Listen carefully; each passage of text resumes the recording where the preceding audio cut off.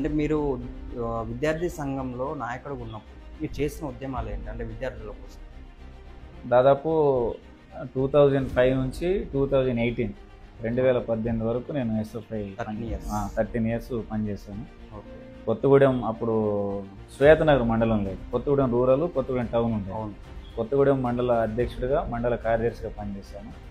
ఇక్కడ division, Kothagudem division, ఇక నియోజకవర్గం ప్రెసిడెంట్గా, సెక్రటరీ చేశాను. తర్వాత 2011లో ఖమ్మం జిల్లా అధ్యక్షుడై, తర్వాత 2014లో ఖమ్మం జిల్లా, ఉమ్మడి ఖమ్మం జిల్లా కార్యదర్శిగా పనిచేశాను. ఇక ఉమ్మడి ఖమ్మం జిల్లాకి చివరి జిల్లా సెక్రటరీ, మన జిల్లాకి మొట్టమొదటి ఎస్ఎఫ్ఐ జిల్లా సెక్రటరీ పనిచేశాను. నేను పనిచేసిన కాలంలో బాగా స్టూడెంట్స్ మూవ్మెంట్లు కూడా బాగా పనిచేశాను. మారుతున్న కాలాన్ని బట్టి రాజకీయాలు మారాయి, నాయకులు మారారు, ప్రజలు కూడా నాయకులకు తగ్గట్టుగా మారారు. కానీ సిపిఎం పార్టీ నాయకులు ఎందుకు మారలేకపోతున్నారు? అంటే అది ఏ విధమైన మార్పు? ఏం చేయడంలో సోషల్ మీడియాలో డప్పులు కొట్టుకుందాం, ప్రజల కోసం మీరు ఎంతగానం చేస్తున్నా కూడా మీరు ఎందుకు ముందుకెళ్ళలేకపోతున్నారు అనేది ఆలోచన. ఒకటే సింపుల్ తేడా, వాళ్ళు ప్రచార ఆర్భాటం కోరుకుంటున్నారు, మేము ప్రజల్లో మార్పు రావాలని మేము కోరుకుంటున్నాం. అందుకని కేవలం ఒక డిజిటల్ మీడియాలో ఒక వార్త పెడితే అదేదో అద్భుతం అయిపోయి మారిపోయినట్టు మేము భావించాం. ప్రజలతో ప్రత్యక్షంగా మమేకమై ప్రజల్ని పోరాటాల్లో కదిలించి వాళ్ళని పోరాటాల్లో భాగస్వామ్యం చేసి సమస్య మీద వాళ్ళని తీసుకొస్తే అప్పుడు మారుతుంది అనే నమ్మకం మాకు ఉంటుంది. ఇప్పుడు సిపిఎం అంటేనే ఇళ్ల స్థలాల పోరాటం. అంటే ఇప్పుడు ప్రజెంట్ మనకి కొత్తగా మీరు ఇలాంటి ఇళ్ల స్థలాల పోరాటాలు ప్రారంభించే అవకాశాలు ఉన్నాయా? ఉంది, ఆల్రెడీ ఇప్పుడు పోరాటం నడుస్తుంది. అంటే ఇప్పుడు సిపిఎం పార్టీ అంటే ప్రజల పక్షాన అనునిత్యం నిలబడుతుంది. మరి ప్రజలు ఎందుకు ఒక ప్రతినిధిగా ఎన్నుకోలేకపోతున్నారు? ఎక్కడుందంటారు ఫాల్ట్? అంటే అసలు ఎన్నుకోవట్లేదు అనేది కూడా లేదు. జనాలు అనుకునేది కమ్యూనిస్ట్ పార్టీ కూడా కమర్షియల్గా మారిపోయింది. ఒక సమస్య చెప్తే ఆ సమస్య మీద కమర్షియల్గా ఆలోచిస్తుంది అనేది వినికిడి. ఇందులో ఎంతవరకు వాస్తవం ఉందంటే? అది అవాస్తవం. ఇప్పుడు సమస్య ఉంది, సమస్యని కమర్షియల్ ధోరణితోటి చూడు. అంటే ఆ సమస్య ఏంటంటే, ఇప్పుడు నాకు సమస్య ఉంది, మీరు ఒక నాయకుడు, నేను ఆ సమస్యను మీ దగ్గరికి ఎక్స్ప్లెయిన్ చేసుకుంటే దాన్ని మీరు మీ టైం వెచ్చించుతున్నారు కాబట్టి ఆ టైంకి మీరు కమర్షియల్గా ఆలోచించి చేస్తారు అనేది ఒక ప్రజల్లో భావన కలుగుతుంది. అంటే ఇప్పుడు వేరే అదర్ పార్టీస్ తీసుకోండి, అట్లనే ఉంది, కమ్యూనిస్ట్ కూడా అట్లనే అయిపోయింది అనే భావనతో జనాలు ఉన్నారు. అది నిజమంటారా? బేసిక్గా ఇప్పుడు మీరు అడిగిన ప్రశ్నకి అది ప్రజల భావన కాదు అనేది నా అభిప్రాయం. ఇన్ని పోరాటాలు చేస్తుంది, గూడు లేని వాళ్ళ కోసం మీరు పోరాటాలు చేస్తుంది, ఇవన్నీ చేస్తున్నారు కదా. ఇప్పుడు ప్రజెంట్ స్థానిక ఎన్నికలు వచ్చే క్రమం, ఇందులో ప్రజలు మిమ్మల్ని ఎంతవరకు భుజాన్ని ఎత్తుకుంటారు? ప్రజలు ఎంతవరకు భుజాన్ని ఎత్తుకుంటారనే జ్యోతిష్యం ఇప్పుడు నేను చెప్పలేను. ఆ టైంలో ఉన్న రాజకీయాలకి ప్రజెంట్ 2025లో ఉన్న రాజకీయాలకి చాలా మార్పు వచ్చింది. సిపిఎం పార్టీలో చైతన్యం వచ్చిందంటారా అప్పటి రాజకీయాలకి ఇప్పటి రాజకీయాలకి?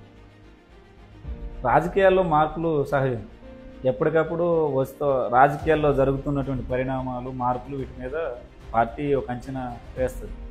కాసాని ఐలయ్య గారు మా ఇంటికి వచ్చారు, నన్ను అడిగారు.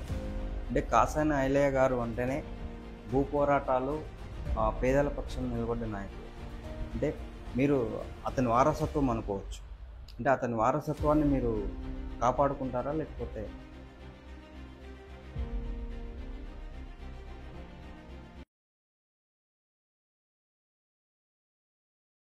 Welcome to SK Talks. SK టాక్స్లో ఈరోజు మనతో పాటు ఉన్నారు సిపిఎం పార్టీ భద్రాద్రి కొత్తగూడెం జిల్లా టౌన్ సెక్రటరీ లిక్కీ బాలరాజు గారు. లిక్కీ బాలరాజు గారు అసలు రాజకీయ ప్రవేశం ఎలా జరిగింది, ఎక్కడ పుట్టారు, ఎక్కడ పెరిగారు, ఆయన చేసిన ఉద్యమాల గురించి అతని మాటల్లోనే విందాం. నమస్తే అండి లిక్కీ బాలరాజు గారు. నమస్తే సార్. మీరు పుట్టింది ఎక్కడండి? శ్వేతనగర్ మండలం, సింగభూపాలెం అనే గ్రామంలో. శ్వేతనగర్ నుంచి ఒక 3 కిలోమీటర్లు లోపల ఉంటుంది సింగభూపాలెం. విద్యాభ్యాసం ఇక్కడ అక్కడే 10th క్లాస్ వరకు Singabhupalem, 1 to 10th Singabhupalem high school. తర్వాత ఇంటర్మీడియట్ కొత్తగూడెం ప్రభుత్వ junior college, degree Ramachandra college. Okay. అంటే ఎంతవరకు డిగ్రీ కంప్లీట్ అయిపోయింది? నా డిగ్రీ ఎంబీఏ డిస్కంటిన్యూ చేశాను. ఎంబీఏ. అసలు మీకు పాలిటిక్స్ వైపు రావాలని ఎలా అనిపించింది? ఫస్ట్ నేను 2005లో ఇంటర్మీడియట్ చేసేటప్పుడు ఎస్ఎఫ్ఐ పరిచయం అయింది. ఓకే.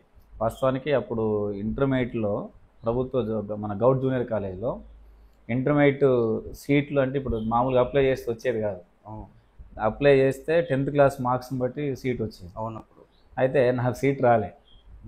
ఎస్ఎఫ్ఐ వాళ్ళు మాట్లాడి అప్పుడు నరేందర్ అన్న, సర్వేష్ అని మా ఊరు అతను, వీళ్ళిద్దరు జూనియర్ కాలేజ్కి వచ్చి నాకు ఫస్ట్ అడ్మిషన్ వేస్తే బైపీసీలో వచ్చింది. బైపీసీ నాకు ఇంట్రెస్ట్ లేదు, సిఈసి జాయిన్ అవుదామని చెప్పి ఎస్ఎఫ్ఐలో చెప్తే అప్పుడు ఎస్ఎఫ్ఐలో వచ్చి స్పాట్ అడ్మిషన్స్లో నాకు సిఈసి సీట్ ఇప్పించారు. ఓకే.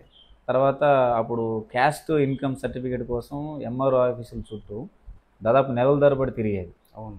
మీ సేవా సెంటర్స్ లేవు అప్పుడు, 2005 ఆ టైంలో. క్యాస్ట్ ఇన్కమ్ సర్టిఫికేట్ కోసం కూడా ఎస్ఎఫ్ఐ నాయకులు నన్ను ఎంటేసుకొని నన్ను ఆ క్యాస్ట్ ఇన్కమ్ సర్టిఫికేట్ రావడం కోసం, అట్లాగే కాలేజీలో అడ్మిషన్ ఇప్పడం కోసం బాగా కష్టపడ్డాను. అది నచ్చి నేను కూడా వీళ్ళలాగానే నాలాంటి పేద విద్యార్థులకి సాయం చేయాలని చెప్పి భావించాను. ఓకే. ఎందుకంటే బేసిక్గా నాది చాలా నిరుపేద కుటుంబం నుంచి వచ్చినాను. మా అమ్మ నాన్న కూలి చేసుకొని బతికేవాళ్ళు, ఓకే, వేరే ఏమీ లేదు. నా చదువు కూడా దినదిన గండం నూరే లాయస్ లాగా మారిపోయింది.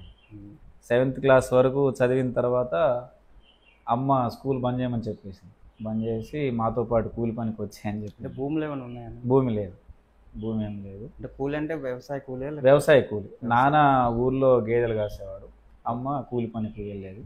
ఓకే. అంతే ఉండేది. అంటే మీ పొలిటికల్గా మీ ఫ్యామిలీ నుంచి ఎవరు లేరు? పొలిటికల్గా ఎవరు లేరు ఫ్యామిలీ నుంచి.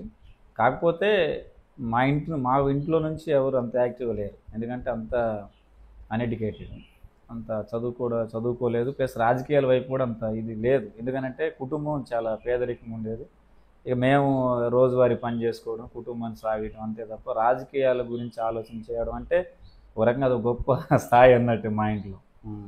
కాకపోతే మా పెదనాన్న కొంత కాంగ్రెస్ వైపు ఉండేవాడు. ఓకే. ఆయన కొంత కాంగ్రెస్లో తిరిగేవాడు మా పెదనాన్న. అంటే మీరు ఎస్ఎఫ్ఐలో ఎప్పుడు జాయిన్ అయ్యారు? అంటే ఇంటర్మీడియట్లో? ఇంటర్మీడియట్ 2005లో జాయిన్ అయ్యాను. అక్కడ కాలేజీ అధ్యక్షుడిగా పనిచేశాను. అంటే జాయిన్ అయిన సంవత్సరమేనా? సంవత్సరం జాయిన్ అయిన సంవత్సరంలోనే అధ్యక్షుడిగా, సెకండ్ ఇయర్లో కార్యదర్శిగా పనిచేశాను. ఓకే. అంటే మీరు విద్యార్థి సంఘంలో నాయకుడిగా ఉన్నప్పుడు మీరు చేసిన ఉద్యమాలు ఏంటి, అంటే విద్యార్థుల కోసం? దాదాపు 2005 నుంచి 2018 వరకు నేను ఎస్ఎఫ్ఐ 13 ఇయర్స్ పనిచేశాను. ఓకే. కొత్తగూడెం అప్పుడు శ్వేతనగర్ మండలం లేదు, కొత్తగూడెం రూరల్, కొత్తగూడెం టౌన్ ఉండేది. అవును. కొత్తగూడెం మండల అధ్యక్షుడిగా, మండల కార్యదర్శిగా పనిచేశాను. ఇక్కడ డివిజన్, కొత్తగూడెం డివిజన్, ఇక నియోజకవర్గం ప్రెసిడెంట్గా, సెక్రటరీ చేశాను. తర్వాత 2011లో ఖమ్మం జిల్లా అధ్యక్షుడయ్యాను. ఓకే. తర్వాత 2014లో ఉమ్మడి ఖమ్మం జిల్లా కార్యదర్శిగా పనిచేశాను. ఇక ఉమ్మడి ఖమ్మం జిల్లాకి చివరి జిల్లా సెక్రటరీ, మన జిల్లాకి మొట్టమొదటి ఎస్ఎఫ్ఐ జిల్లా సెక్రటరీగా పనిచేశాను. నేను పనిచేసిన కాలంలో బాగా స్టూడెంట్స్ మూవ్మెంట్లు కూడా బాగా పనిచేశాను. అంటే ఎలాంటి ఉద్యమాలు? అదే ఆ ఉద్యమాలు చేస్తున్న టైంలో మీరు చేసిన ఉద్యమంలో మీరు సక్సెస్ సాధించినాయండి? ఫస్ట్ మూమెంటు నేను చదువుకున్న జూనియర్ కాలేజ్, అది బిల్డింగ్ చాలా శిథిలావస్థకు వచ్చింది బిల్డింగ్. ఇంగ్లీషు, తెలుగు కామన్గా అన్ని గ్రూప్స్ కలిపి ఒకే దగ్గర చెట్టు కింద పిలిచి కూర్చోబెట్టి చెప్పేవారు. వొకేషనల్ కానీ, జనరల్ గ్రూప్స్ కానీ, సైన్స్ కానీ. తెలుగు కామన్ సబ్జెక్ట్ కాబట్టి తెలుగు అందరూ దగ్గర కూర్చోబెట్టి చెప్పేవారు. ఇంగ్లీష్ కూడా అంతే చేసేవారు. దేనికంటే రూమ్స్ సరిపోక. 2 ల్యాబ్స్ కూడా చాలా ఇబ్బంది ఉంది సైన్స్ స్టూడెంట్స్కి. అందుకని ఆ పాత బిల్డింగ్ స్థానంలో కొత్త బిల్డింగ్ నిర్మించాలని చెప్పేసి డైరెక్ట్ స్టూడెంట్స్ అందరం ఆర్డీఓ ఆఫీసు వెళ్ళి ధర్నా చేశారు. స్వయాన ఆర్డీఓ గారు మాతో పాటు వచ్చారు కాలేజ్కి. నిజంగా మీరు చెప్తుంది నిజమేనని చెప్పేసి వచ్చి మా క్లాస్ రూమ్స్ అన్నీ చూశారు ఆర్డీఓ గారు. ఇది ఏ ఇయర్ జరిగిందండి? ఇది 2006లో. అంటే మీరు కాలేజీలో జాయిన్ అయిన 1 ఇయర్కే? 1 ఇయర్కే. ఓకే. 2006లోనే ఆర్డీఓ ఆఫీస్కి వెళ్ళి అక్కడ నుంచి ఆర్డీఓ గారు మాతో పాటు వచ్చారు, ప్రతి క్లాసు విజిట్ చేశారు. చూసిన తర్వాత మళ్ళీ మేము కలెక్టర్ గారిని కూడా కలిసాం. అదే సంవత్సరం 33 లక్షలతోటి కొత్త బిల్డింగ్ శాంక్షన్ చేశారు. 33 లక్షలతో. ఇప్పుడు జూనియర్ కాలేజ్ బిల్డింగ్. అవును, అది ఉంది. తర్వాత హై స్కూల్ విద్యార్థుల సమస్యల మీద కూడా మన రైల్వే స్టేషన్ బ్రిడ్జ్ దగ్గర నుంచి ఎవ్రీ ఇయర్ సంవత్సరానికి ఒకసారి ఖచ్చితంగా అన్ని హై స్కూల్స్ సర్వే చేస్తాం. ఓకే. ఆ సర్వేలో వచ్చిన సమస్యల మొత్తాన్ని ఆర్డీఓ గారి దృష్టికి తీసుకెళ్ళడం కోసం దాదాపు ఒక 2000 మంది స్టూడెంట్స్ని గ్యాదర్ చేసి ఆర్డీఓ గారి దగ్గరికి వెళ్తే, ఆ సందర్భంగా మన చుంచుపల్లి హై స్కూల్ కానీ, కూలీ లైన్ స్కూల్ కానీ ఇట్లాంటి స్కూల్లో కొన్ని మంచినీటి సౌకర్యం కోసం కొద్దిగా ఉపయోగపడింది మా పోరాటం. అంటే ఇప్పుడు మీరు సైకిల్ యాత్రలు కూడా చేశారు, అది మన ఏజెన్సీ ఏరియా పిల్లలు కూడా అది విన్నాను. అంటే సైకిల్ యాత్రలు చేసే సమస్యలు క్లియర్ అయిపోతాయా? పరిష్కారం అవ్వాలనే చేసింది. ఒకటి ఏంటంటే ఆ కాలంలో 2014లో ఒకసారి సైకిల్ యాత్ర చేశాను, 2016లో ఒకసారి సైకిల్ యాత్ర, 2 సార్లు కూడా ఏజెన్సీలోనే నేను సైకిల్ యాత్ర చేశాను. ఐటీడీఏ పరిధిలో ఉన్న హాస్టల్స్ సమస్యలు పరిష్కరించాలని చేశాం. ఆ సందర్భంగా దాదాపు 15 రోజులు సైకిల్ యాత్ర చేశాం. మా డిమాండ్ ఏంటంటే ఏజెన్సీలో హాస్టల్ విద్యార్థులకు మెస్ కాస్మెటిక్ ఛార్జీలు పెంచాలి. 2 అప్పుడు ఏజెన్సీలో ఈ సీజనల్ వ్యాధులు బాగా వచ్చేవి. అవును. హాస్టల్ పిల్లలకి కనీసం మలేరియా జ్వరం వచ్చినా కూడా పట్టించుకునే పరిస్థితి ఉండేది కాదు. అవును. తర్వాత హాస్టల్ పిల్లలకి కట్టెల పొయ్యి మీదనే వంట ఏజెన్సీలో. గ్యాస్ ఇప్పటికి కూడా కొన్ని హాస్టల్లో గ్యాస్ సప్లై కూడా లేదు. ఇవి కావాలి అని చెప్పి ఆ డిమాండ్స్ తోటి 15 రోజులు వాజేడు మండలం పేరూరు దగ్గర ప్రారంభించి తిరిగి మళ్ళీ భద్రాచలము దాదాపు 18 మండలాలు ఈ యాత్ర కవర్ చేసి మన ఏజెన్సీ జిల్లాలో 18 మండలాలు 22 రోజులు సైకిల్ యాత్ర. అప్పుడు మీ ఏజ్ ఎంత ఉంటుంది? 24 ఇయర్స్. అదే ఇంకా అదే స్కూల్ విద్యార్థుల కోసం సుజాత నగర్లో మీరు ఏదో ధర్నా చేశారని, అంటే ఆమరణ నిరాహార దీక్ష దేనికోసం చేశారు? 2009లో దీక్ష చేసింది. శ్వేత నగర్ చుట్టుపక్కల గ్రామాల నుంచి 10th క్లాస్ చదివేటువంటి పిల్లలు ఈజీగా ఆ రోజుల్లోనే దాదాపు 500 మంది స్టూడెంట్స్ వరకు ఉంటారు. శ్వేత నగర్, సింగభూపాలెం, గరిపేట, నాయకులగూడెం, డేగలమడుగు, అటు అంజనాపురం, ఈ చుట్టూ వేపలగడ్డ, ఇక్కడ దాదాపు ఈ ప్రాంతాల్లో చదువుకునే 10th క్లాస్ పిల్లలు మాకంటే ముందు నుంచి కూడా 10th క్లాస్ ఎగ్జామ్స్ రాయాలంటే వాళ్ళంతా కొత్తగూడెం వచ్చి రాయాల్సి ఉండేది. కొత్తగూడెమే రాయాలి. దీనివల్ల కొన్ని సందర్భాల్లో కొద్దిమంది స్టూడెంట్స్ ఇన్ టైంలో ఎగ్జామ్ హాల్కి రాకపోవడం వల్ల కొద్దిమంది ఎగ్జామ్స్ కూడా మిస్ అయ్యారు. దీన్ని దృష్టిలో పెట్టుకొని ఎస్ఎఫ్ఐగా పోరాటం చేశాం. 2009లో చేసి 10th క్లాస్ సెంటర్కి అన్ని రకాలుగా ఎలిజిబుల్ శ్వేతనగర్ హై స్కూల్. కాబట్టి శ్వేతనగర్ హై స్కూల్లో 10వ తరగతి పరీక్షా కేంద్రం ఏర్పాటు చేస్తే ఈ ప్రాంతంలో ఉన్న స్టూడెంట్స్కి ఉపయోగపడుద్దని చెప్పేసి దశలవారీ పోరాటాలు చేసినాం. ఆమరణ నిరాహార దీక్ష చేయడమే కాకుండా వారం రోజుల పాటు ఆమరణ నిరాహార దీక్ష చేశారు ఆ 10th క్లాస్ సెంటర్ కావాలని ఎస్ఎఫ్ఐ. తర్వాత మిగతా డివైఎఫ్ఐ, వ్యవసాయ కార్మిక సంఘాలు కూడా శ్వేతనగర్లో ప్రాథమిక ఆరోగ్య కేంద్రం కావాలని ఈ డిమాండ్స్ కూడా చేశారు. వాళ్ళతో పాటు నేను కూడా కూర్చున్నాను. ఆ తర్వాత ఇందిరమ్మ సంబరాల పేరుతోటి ఆనాడు హెల్త్ మినిస్టర్గా వన వెంకటేశ్వర గారు ఉన్నారు. ఉంటే శ్వేతనగర్కి వచ్చారు. వచ్చిన సందర్భం కూడా శ్వేతనగర్ హై స్కూల్ స్టూడెంట్స్ మొత్తాన్ని గ్యాదర్ చేసి మినిస్టర్ గారిని గ్యారవ్ చేసి మీరు ఇక్కడ ఈ సంవత్సరం నుంచి 10th క్లాస్ సెంటర్ మాకు వస్తుందని హామీ ఇచ్చేంత వరకు మీ ఇక్కడి నుంచి కదలమని చెప్పేస్తే వన వెంకటేశ్వర గారు తీసిపడేయండి, ఎవరతను తీసిపడండి అంటే పోలీసు వాళ్ళు నన్ను లాక్కెళ్ళి జీబులో పడేశారు. ఆ టైంలో శ్వేతనగర్ హై స్కూల్ స్టూడెంట్స్ చూపించిన చైతన్యం మామూలు చైతన్యం కాదు. నన్ను పోలీసు వాళ్ళు తీసుకెళ్లకుండా జీబుకి అడ్డం పడుకున్నారు. జీబుకి అడ్డం పడుకుంటే పోలీసు వాళ్ళ వల్ల కాలే. వాళ్ళందరూ వెంటనే నన్ను బయటకు తీసుకొచ్చి అదే సభలో వన వెంకటేశ్వర గారు ప్రకటన చేశారు. ఈ మార్చి నుంచే 10th క్లాస్ పిల్లలు ఇక్కడ ఎగ్జామ్ రాస్తారు అని చెప్పి వెంటనే కలెక్టర్ గారితో మాట్లాడించి చేశారు. అప్పుడు గిరిధర్ గారు ఉమ్మడి జిల్లా కలెక్టర్ గారితో చెప్పించి అక్కడే ప్రకటన చేశారు. అప్పటి నుంచి 2009 నుంచి శ్వేతనగర్ ఏరియా పిల్లలంతా కూడా అది 10th క్లాస్ సెంటర్ ఉంది. తర్వాత సైకిల్ యాత్రలో కూడా ఏజెన్సీలో చాలా మార్పు వచ్చింది. ఏజెన్సీలో హాస్టల్ విద్యార్థులకు వైద్య సదుపాయం కోసం గవర్నమెంట్ 105 వెహికల్ కూడా పెట్టింది. 105 మా పోరాట ఫలితం. చాలా హాస్టల్స్లో మినరల్ ఆర్ఓ ప్లాంట్స్ ఏర్పాటు చేశారు. హాస్టల్స్కి గ్యాస్ సప్లై కూడా చేశారు. కొంత హాస్టల్స్లో అది తీసుకురాగలిగింది. ఆ సైకిల్ యాత్ర ప్రభావం అనేది ఉంది. ఎందుకంటే ఐటీడీఏ పరిధిలో కొన్ని నిధులు ఉంటాయి. ఆ నిధుల్ని ఏజెన్సీ విద్యారంగం కోసం ఖర్చు పెట్టవచ్చు. గవర్నమెంట్ ఫండ్స్తో సంబంధం లేకుండా ఐటీడీఏ ఫండ్స్ తోటి కూడా కొన్ని చిన్న సమస్యల్ని ఇది చేయొచ్చు. చాలా దుర్మార్గం. గర్ల్స్ హాస్టల్స్ పాపం టాయిలెట్స్ కూడా సక్రమంగా లేవు.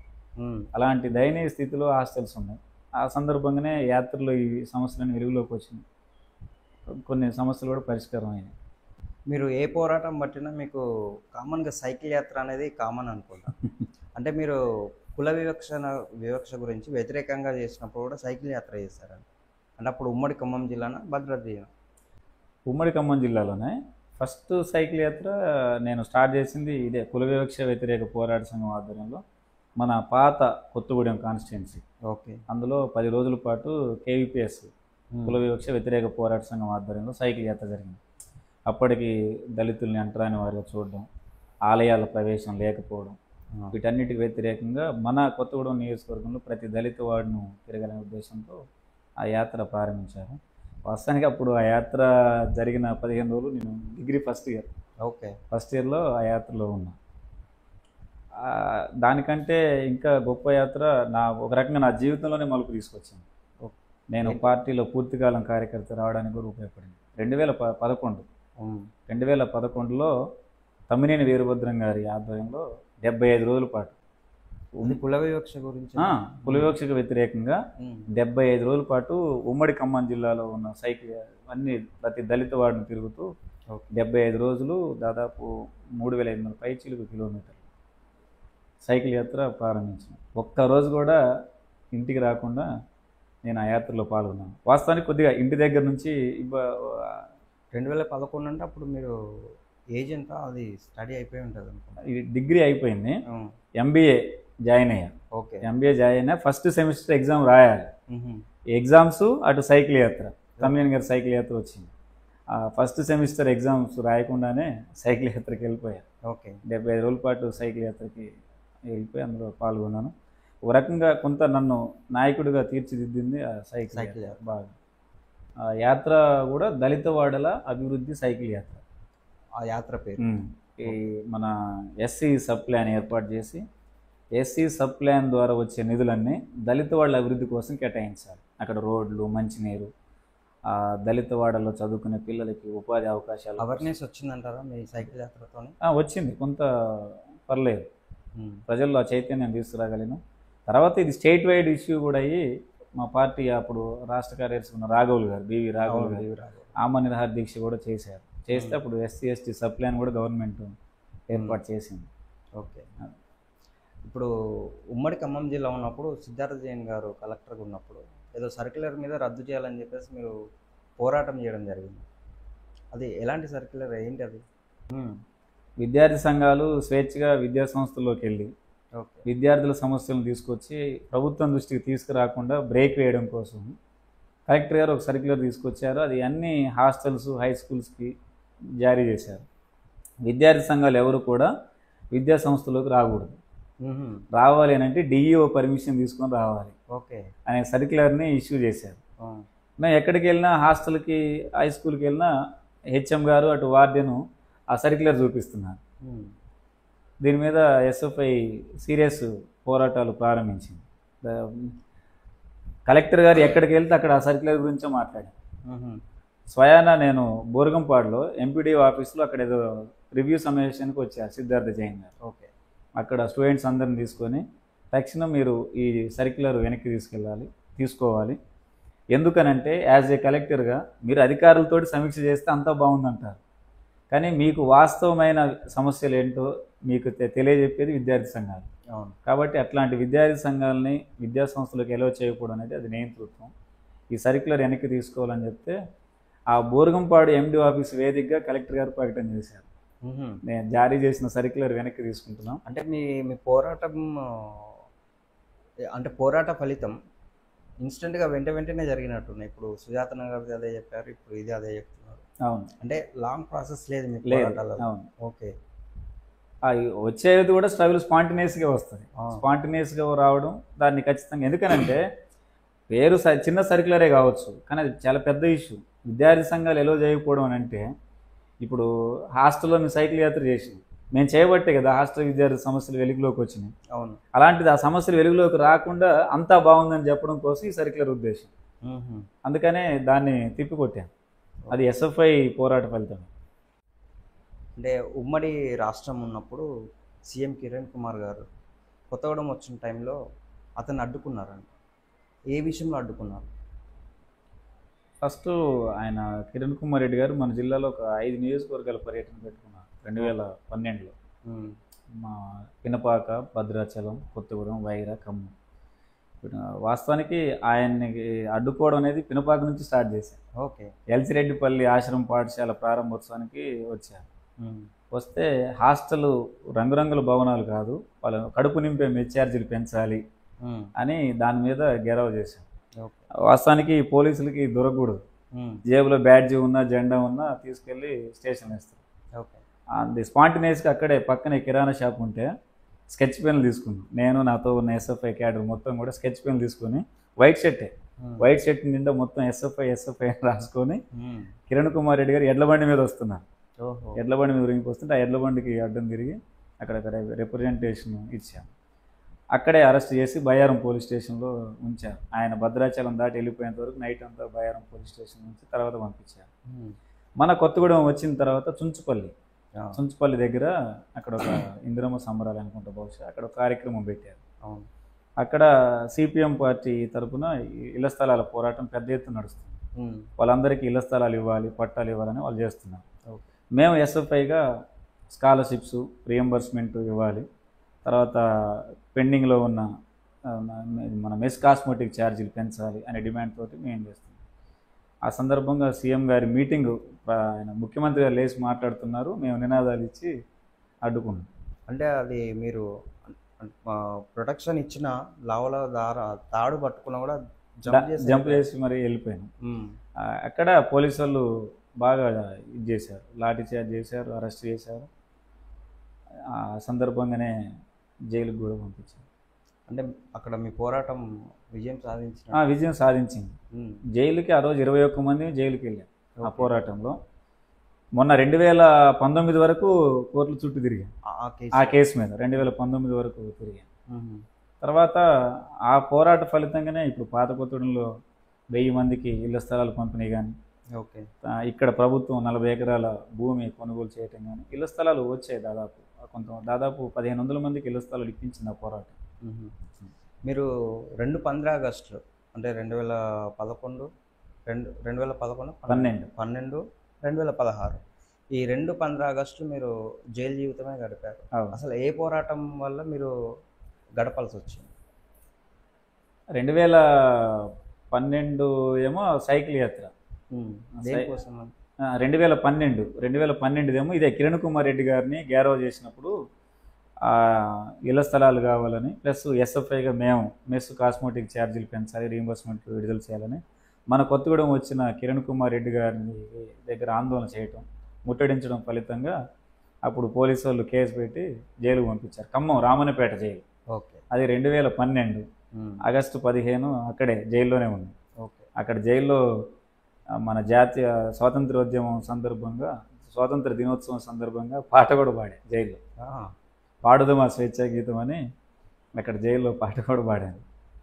2016లో సైకిల్ యాత్ర చేసి ఆ సైకిల్ యాత్రలో వచ్చిన సమస్యలను ఒక బుక్లెట్ తయారు చేశాం. ఏ హాస్టల్లో ఏ సమస్య ఉంది అని ఒక బుక్లెట్ తయారు చేసి ముగింపుగా 2016 ఆగస్టు 11వ తేదీ, అంటే బహుశా 11వ తేదీ అప్పుడు రాజీవ్ గాంధీ పిఓ గారు ఐటీడీఏ పిఓగా ఉన్నారు, మన జిల్లా మొట్టమొదటి కలెక్టర్ గారు. అక్కడ భద్రాచలం పిఓ ఐటీడీఏ పిఓగా ఉన్నారు. పిఓ గారికి ఇష్యూస్ మీద రిప్రజెంటేషన్ ఇవ్వడానికి పోతుంటే అడావుడికి వెళ్ళిపోతున్నారు పిఓ గారు. జీబుకి మా వాళ్ళు అంతా అడ్డం తగిలి దాదాపు 20 రోజులు కష్టపడి సైకిల్ యాత్ర చేస్తే మా గోడు వినుకొని వెళ్తున్నారు, మీరు సమస్యలు పరిష్కారం చేయాలని చెప్తే ఆ సందర్భంగా సరే ఓపికనే విన్నారు. విన్న తర్వాత పోలీసులు మా మీద కేసు పెట్టారు. అంటే అడ్డం వెళ్ళాను. 3 మీద కేసు పెట్టారు. 3 మీద కేసు పెట్టి భద్రాచలం జైలుకు పంపించారు. నేను అప్పుడు భద్రాచలం డివిజన్ అధ్యక్ష కార్యదర్శిగా ఉన్న చరణ్, సతీష్, మేము 3 వారం రోజులు జైల్లో ఉన్నాం, భద్రాచలం జైల్లో. అక్కడ కూడా ఆగస్టు 15 సందర్భంగా పాట పాడుదమా స్వేచ్ఛా గీతము అనే పాట అక్కడ కూడా భద్రాచలం జైల్లో కూడా పాడా. అక్కడ ఈ 2 సందర్భాల్లో జైల్లో ఉండాల్సి వచ్చింది.